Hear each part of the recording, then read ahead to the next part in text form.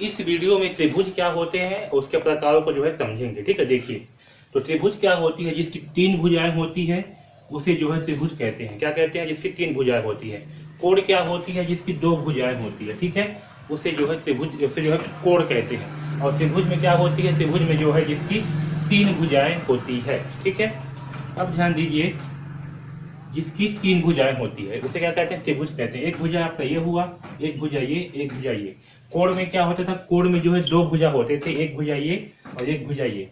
तो ये जो भुजाएं हैं, ये जो दो भुजाएं हैं कोण में, इसके बीच ये जो है, ठीक है, ये कितना झुका हुआ है, इसे जो है हम कोण भी कहते थे। ठीक है, इसे जो है कोण कहते थे।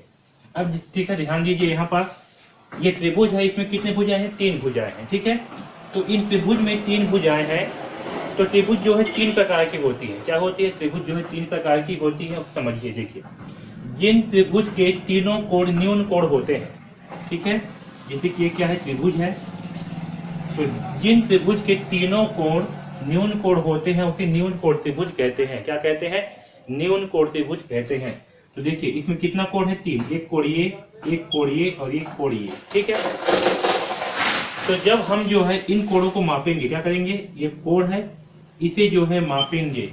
ठीक है, जब हम इन कोणों को मापेंगे तो अगर ये तीनों कोण जो है क्या हो, अगर ये तीनों कोण जो है आपके न्यून कोण होंगे, क्या होंगे? ये तीनों कोण, ये कोण और ये कोण, अगर ये तीनों कोण जो है न्यून कोण होंगे तो इस प्रकार के त्रिभुज को जो है न्यून कोण त्रिभुज कहेंगे। क्या कहेंगे? न्यून कोण त्रिभुज कहेंगे। ठीक है, अब देखिए, न्यून कोण क्या होता है? जिसकी कोण जो है 90 डिग्री से कम हो, उसे क्या बोलेंगे? न्यून कोण। तो देखिए, ये वाला कोण कितना है? तो अगर 90 डिग्री होता तो क्या होता है? ऐसे होता है, यहाँ से सीधा। तो ये जो है 90 डिग्री से क्या है? कम है, यानी कि ये वाला कोण क्या है आपका? 90 डिग्री से कम है। वैसे इसको देखिए, यहाँ से जो है अगर मापते तो 90 डिग्री में ये होता, यानी कि ये वाला कोण भी क्या है? 90 डिग्री से कम है। वैसे ही अगर इसको मापते तो ये क्या होता है? यहाँ से मापेंगे ऐसे करके, तो ये भी क्या है आपका? 90 डिग्री से कम है ना। यहाँ से जो है अगर 4 रख कर मापेंगे तो क्या होगा? ये जो है 90 से कम है, इधर है, ये 90 से कम है। अब इसको जो है आधार मारेंगे और यहाँ से जो है नापेंगे तो 90 जो है यह पड़ेगा, तो 90 से क्या है? कम है, यानी कि ये भी क्या है आपका? 90 डिग्री से कम है। वैसे ही ये भी क्या है आपका? 90 डिग्री से कम है, यानी कि ये जो त्रिभुज है ये जो है आपका न्यून कोण त्रिभुज है। तो ध्यान देना, इस प्रकार का अगर त्रिभुज बना हुआ है तो क्या होगा? वो जो है आपका न्यून कोण त्रिभुज होगा। ठीक है, तो जिन त्रिभुज के तीनों कोण जो है न्यून कोण होते हैं, जिस त्रिभुज के तीनों कोण, ये कोण, ये दो कोण, ये तीन कोण, ये तीनों कोण जो है अगर न्यून कोण होंगे तो उसे जो है न्यून कोण त्रिभुज कहेंगे। ठीक है, अब देखिए दूसरा प्रकार का त्रिभुज, जिस त्रिभुज में एक कोई कोण समकोण हो। क्या हो? एक कोण समकोण। समकोण क्या होता है? जो 90 डिग्री का होता है। ठीक है, इस प्रकार का जो है वो क्या होगा? समकोण। तो जिस त्रिभुज में एक कोण जो है समकोण हो, ठीक है, एक कोण क्या हो? समकोण हो, उसे जो है समकोण त्रिभुज कहते हैं। उसे क्या कहेंगे? उसे जो है हम समकोण त्रिभुज कहेंगे।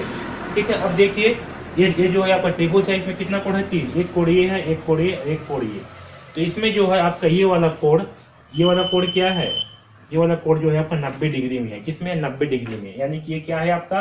ये जो है आपका समकोण त्रिभुज है। तो याद रखना, जो इस प्रकार का त्रिभुज होगा ये जो है आपका समकोण त्रिभुज होगा। क्या होगा? समकोण त्रिभुज होगा। ठीक है, अब देखिए तीसरा प्रकार का, जिस त्रिभुज में कोई एक कोण अधिक हो। क्या हो? एक कोण अधिक कोण हो, उसे अधिक कोण कहेंगे। तो अधिक कोण क्या होता है? जिसकी कोण जो है क्या हो? 90 डिग्री से अधिक हो। ये आपका क्या होगा? ये बीचों बीच ये जो है आपका 90 डिग्री होगा। तो जो 90 डिग्री से जो अधिक होगा वो जो है आपका अधिक कोण कहलाता है। तो जो इस प्रकार का जो होगा, है ना, 90 से अधिक होगा, ये जो है आपका अधिक कोण कहलाएगा।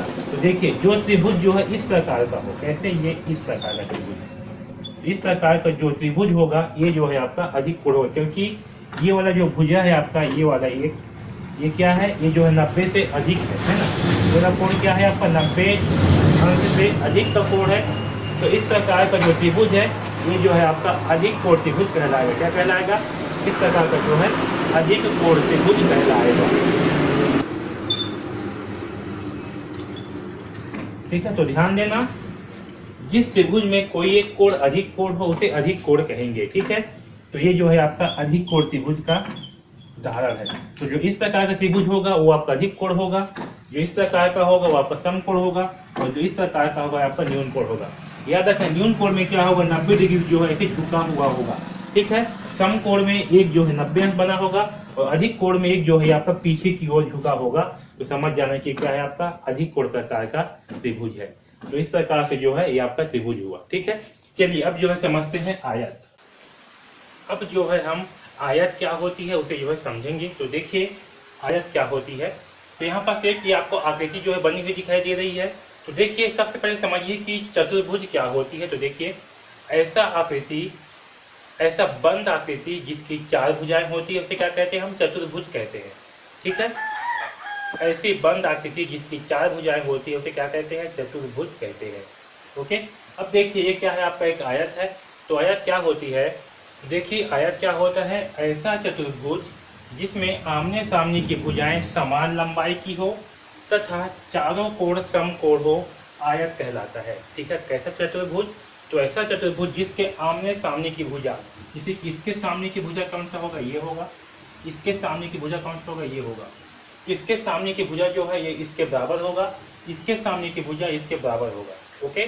और साथ में जो 4 कोण है, यहाँ पास एक कोण, यहाँ पर कोण ए, कोण बी, कोण सी और एक कोण बी, इन चारों का मान क्या होना चाहिए, 90 अंश होना चाहिए, ठीक है। तो इसे हम क्या कहेंगे, इसे जो है हम आयत कहेंगे, ओके। आयत समझ में। तो ऐसा चतुर्भुज जिसकी आमने सामने की लंबाई क्या हो, समान हो, और साथ में चारों कोणों का योग, चारों कोणों का मान क्या हो, 90 अंश हो, इसे हम क्या कहेंगे, इसे हम आयत कहेंगे, ओके। आयत समझ में, वे होती है आयत, ठीक है। आयत समझ में। आपका पुस्तक जो है, आप पुस्तक देख रहे होंगे, क्या है, एक आयत है, ओके।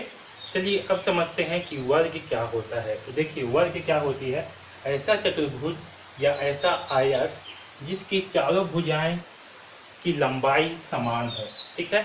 आपका आयत में क्या होता था कि जो आमने सामने की भुजा है वो क्या होती थी, बराबर होती थी, इसके बराबर ये भुजा, इसके बराबर ये भुजा। लेकिन वर्ग में क्या होगा, चारों भुजाएं जो है एक ही लंबाई का होगा, ओके।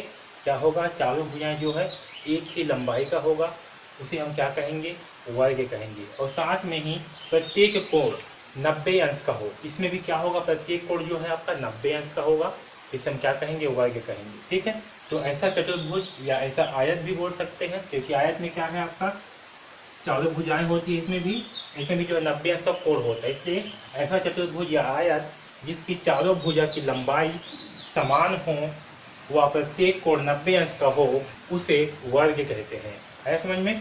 इसे क्या कहेंगे, हम वर्ग कहेंगे, ठीक है। ये आपका वर्ग है, इसमें क्या है, चारों भुजाओं की लंबाई जो है आपका एक समान ही है, ओके। है समझ में, ठीक है। तो इस प्रकार से जो है हमने त्रिभुज पढ़ा, आयत पढ़ा और वर्ग पढ़ा, ओके। तो त्रिभुज क्या होंगी, ऐसे बंद आकृति, 3 भुजाओं से बनी हुई बंद आकृति जिसमें 3 भुजा हो, 3 कोण हो और 3 शीर्ष हो, उसे हम त्रिभुज कहेंगे। और 4 भुजाओं से मिलकर बनी हुई बंद आकृति जिसमें आमने सामने की भुजाओं की लंबाई समान हो और प्रत्येक कोण 90 अंश का हो, उसे क्या कहेंगे, चतुर्भुज कहेंगे, सॉरी उसे आयत कहेंगे। और ऐसा चतुर्भुज या आयत जिसकी चारों भुजाओं की लंबाई समान हो और प्रत्येक कोण 90 अंश का हो, उसे क्या कहेंगे, उसे जो है हम वर्ग कहेंगे, ओके। आया समझ में। तो इस वीडियो में बस इतना ही। DKP एकेडमी से जुड़ने के लिए धन्यवाद।